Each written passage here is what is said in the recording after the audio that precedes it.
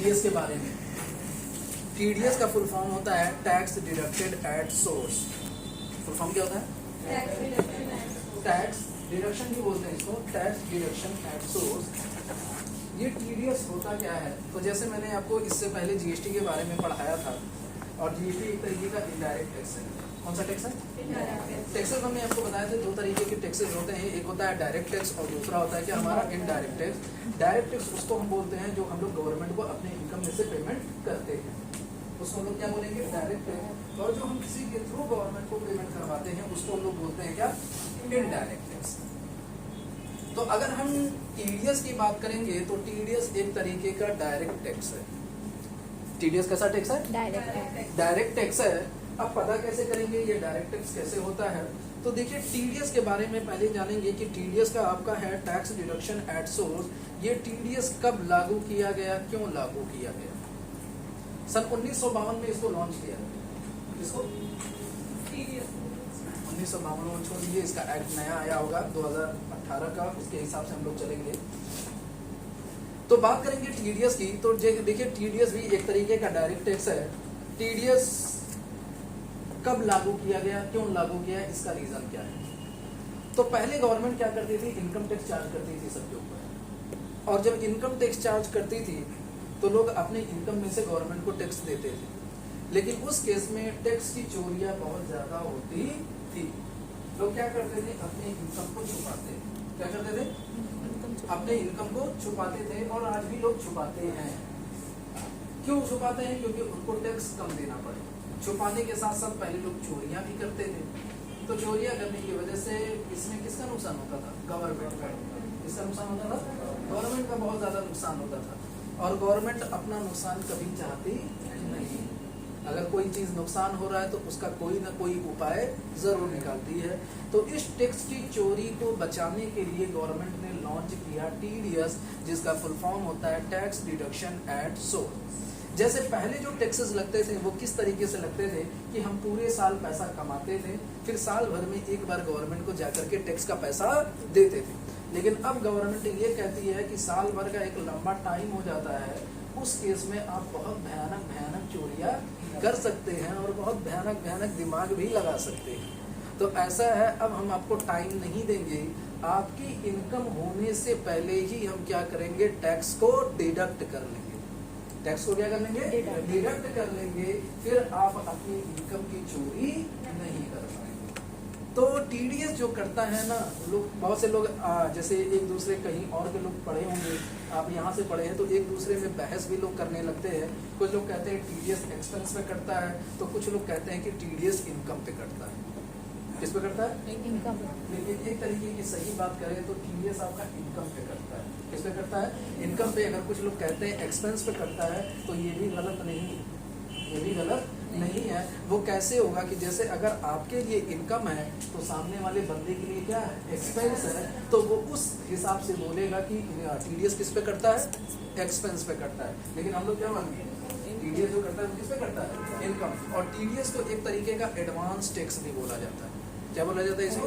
Advance tax. यानी देखिए, जब आप टीडीएस का पेमेंट करते जाएंगे तो जब आप इनकम टैक्स का पेमेंट करेंगे, इनकम टैक्स यानी जब साल भर में आईटीआर आप फिल करते हैं उसमें टैक्स का पेमेंट करते हैं, तब क्या करती है गवर्नमेंट? जो आपने टीडीएस का पेमेंट यानी एडवांस पेमेंट किया था वो सब का सब क्या करेगी? माइनस कर देगी। जैसे आप जीएसटी में पढ़े हुए थे कि परचेज करते समय जो टैक्स लगता है, सेल करते समय जो टैक्स आप लगाएंगे, सेल में से क्या आउटपुट टैक्स में से क्या करेंगे? इनपुट टैक्स को माइनस करके गवर्नमेंट को पेमेंट कर देंगे। उसी तरह जब आप इनकम टैक्स का कैलकुलेशन करेंगे, आपके पूरे साल का जितना भी टैक्स होगा उसमें से जितना भी आपने टीडीएस का टैक्स का पेमेंट किया होगा वो सब का सब क्या हो जाएगा? उसमें से माइनस हो जाएगा। लेकिन आप चोरी नहीं कर पाएंगे। अब देखिए टीडीएस कटता कब है? तो टीडीएस इसको बोलते हैं time of taxation. Time of taxation यानी टैक्सेशन का टाइम कब होगा, कब टीडीएस काटा जाता है? तो दो तरीके के केसेस होते हैं टीडीएस में। एक होता है ड्यू और दूसरा होता है एडवांस। एक होता है क्या? ड्यू और एक होता है एडवांस। ड्यू का मतलब ये होता है कि आपका एक्सपेंस हो चुका है लेकिन अभी तक आपने पेमेंट नहीं किया है। और एडवांस का मतलब ये होता है कि आपने पहले पेमेंट कर दिया है लेकिन एक्सपेंस अभी तक आपका हुआ नहीं है। तो इन दोनों के केस में टीडीएस कब कटना चाहिए, तो जो दोनों में से पहले हो। अगर ड्यू पहले हो गया है तो ड्यू के केस में टैक्स काट लेंगे, अगर एडवांस पहले किए हैं तो एडवांस में भी हम टैक्स काट लेंगे। अब बात करेंगे ये टैक्स कितना परसेंट कटता है। जैसे जीएसटी में भी आपको पता चला होगा कि लैपटॉप है तो कितना परसेंट काटेंगे, 18%, माउस है तो 12%। गवर्नमेंट ने हर एक प्रोडक्ट पे क्या किया है, टैक्स का रेट डिफाइन किया हुआ है, उस हिसाब से टैक्स करते हैं। उसी तरीके से यहाँ पे जैसी आपकी जिस चीज की एक्सपेंस होगी, यानी जिस चीज की इनकम होगी, इनकम के हिसाब से आपका टैक्स का रेट कटेगा। गवर्नमेंट ने कुछ सेक्शन डिफाइन किए हुए हैं, उसी सेक्शन के हिसाब से आपको क्या करना पड़ेगा, टैक्स का पेमेंट करना पड़ेगा।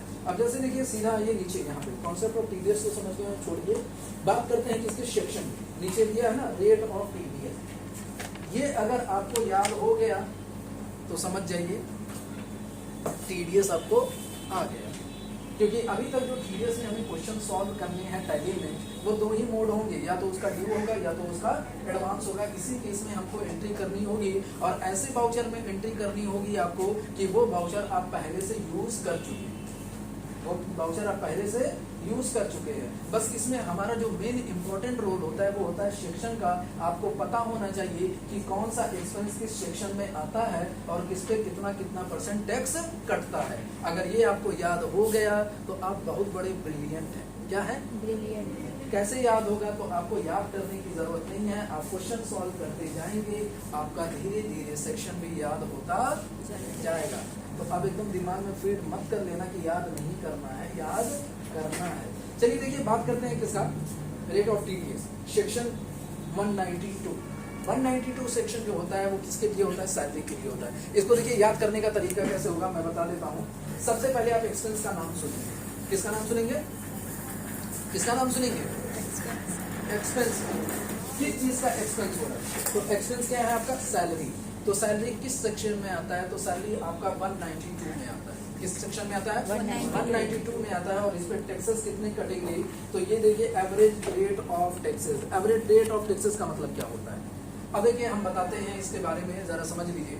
जैसे अगर हम यहाँ पे काम कर रहे हैं, हमें सैलरी मिल रही है, अप्रॉक्स मान के चलते हैं कि 30,000 मिल रही है। कितनी मिल रही है, अप्रॉक्स बोल रहे हैं, कोई गेस मत करिए। 30,000 रुपये अगर हमको सैलरी मंथली की मिल रही है, तो मान लीजिए कि हमारी पूरे साल की इनकम कितनी होगी, 3,60,000 रुपये हुई कि नहीं हुई। अब 3,60,000 रुपये अगर हमारी इनकम है, 3,60,000 हमारी इनकम है, तो ये बताइए हम इनकम टैक्स में आ सकते हैं कि नहीं आ सकते। टाइम ऑफ डे आप लोग आगे पढ़ेंगे इनकम टैक्स के बारे में, तो उसमें पता चलेगा कि जो कौन से सिटीजन होते हैं, कौन से सिटीजन, सीनियर सिटीजन और सुपर सीनियर सिटीजन। सिटीजन किसे बोला जाता है, 18 साल से ज्यादा और 60 तक। 60 से जो ज्यादा होते हैं उनको क्या बोला जाता है, सीनियर सिटीजन। और जो 80 साल से ज्यादा होते हैं उनको बोला जाता है सुपर सीनियर सिटीजन। ठीक है, तो जो सिटीजन होते हैं उनके ऊपर टैक्स लाइबल हो जाता है। कब लाइबल होगा, अगर उनकी पूरे साल की इनकम 3 लाख रुपए से ज्यादा, जिनकी इनकम 3 लाख रुपए से ज्यादा होती है उनको गवर्नमेंट को टैक्स देना पड़ेगा। और अगर सीनियर सिटीजन की बात करेंगे तो उनकी इनकम 5 लाख रुपए कि अगर उनकी इनकम 5 लाख से ज्यादा है तब भी उनको टैक्स देना पड़ेगा, 5 लाख से कम है तो टैक्स नहीं देना पड़ेगा। अभी सपोज दैट अगर हम यहाँ पाते 20,000 रुपये मंथली सैलरी, तो हम पाते कितना, 2,40,000, तो यानी हमें टैक्स देने की जरूरत नहीं पड़ेगी। लेकिन अगर आपका इनकम ज्यादा जा रहा है तो आपको टैक्स देना पड़ेगा। तो ये सारी चीजें तो आप पढ़ेंगे इनकम टैक्स में कि कैसे टैक्स कैलकुलेट किया जाएगा। तो वो टैक्स का रेट होता है आपकी इनकम पे डिपेंड करता है कि अगर 3 से 5 लाख के बीच में है तो 5% कटेगा, 5 से 10 लाख के बीच में है तो 10% कटेगा, 10 से 20 के बीच में है तो कितना कटेगा, 20%। ऐसे रेट डिफाइन किया गया, स्लैब रेट उसको बोलते हैं। आगे पढ़ेंगे आप लोग। तो अब देखिए इसमें एवरेज टैक्स डिडक्शन का मतलब क्या होता है। इसमें ये होता है कि जितनी भी आपकी इनकम सैलरी हो रही है उसमें क्या होगा, जैसे 3,60,000 रुपया है तो 3 से 5 लाख के बीच में 5% टैक्स कटता है। कितना कटता है, तो आपका 30,000 अगर इनकम हो रहा है तो 30,000 का 5% टीडीएस कट जाएगा। कितना मिलेगा, 1,500 रुपये टीडीएस कट जाएगा। और हमारे खाते में सैलरी आएगी कितनी, 28,500। क्योंकि हम क्या किए हैं, हमारी इनकी इतनी इनकम है कि हम क्या हो गए, टैक्स पेयर हो चुके हैं। क्या हो चुके हैं, तो उस केस में इसीलिए इसको बोला जाता है एवरेज टैक्स ऑफ, क्या है, एवरेज रेट ऑफ टैक्स। ठीक है। एवरेज रेट ऑफ टैक्स का मतलब यही होगा कि जितनी आपकी इनकम होगी उसी इनकम के हिसाब से आपका क्या करेगा, टैक्स लगेगा। तो ये केसेस ज्यादा आते नहीं है, बस ये आपके दिमाग में रखने के लिए है कि सैलरी की अगर बात आती है तो सैलरी किस सेक्शन में आता है, 192 में आता है। और इस पे जो टैक्स के रेट लगते हैं वो किस पे लगते हैं, जितनी आपकी इनकम होगी इनकम के हिसाब से स्लैब रेट लागू होंगे जो गवर्नमेंट इस टाइम चला रही होगी। ठीक है। नेक्स्ट हम बात करेंगे फिर हमारा जो दूसरा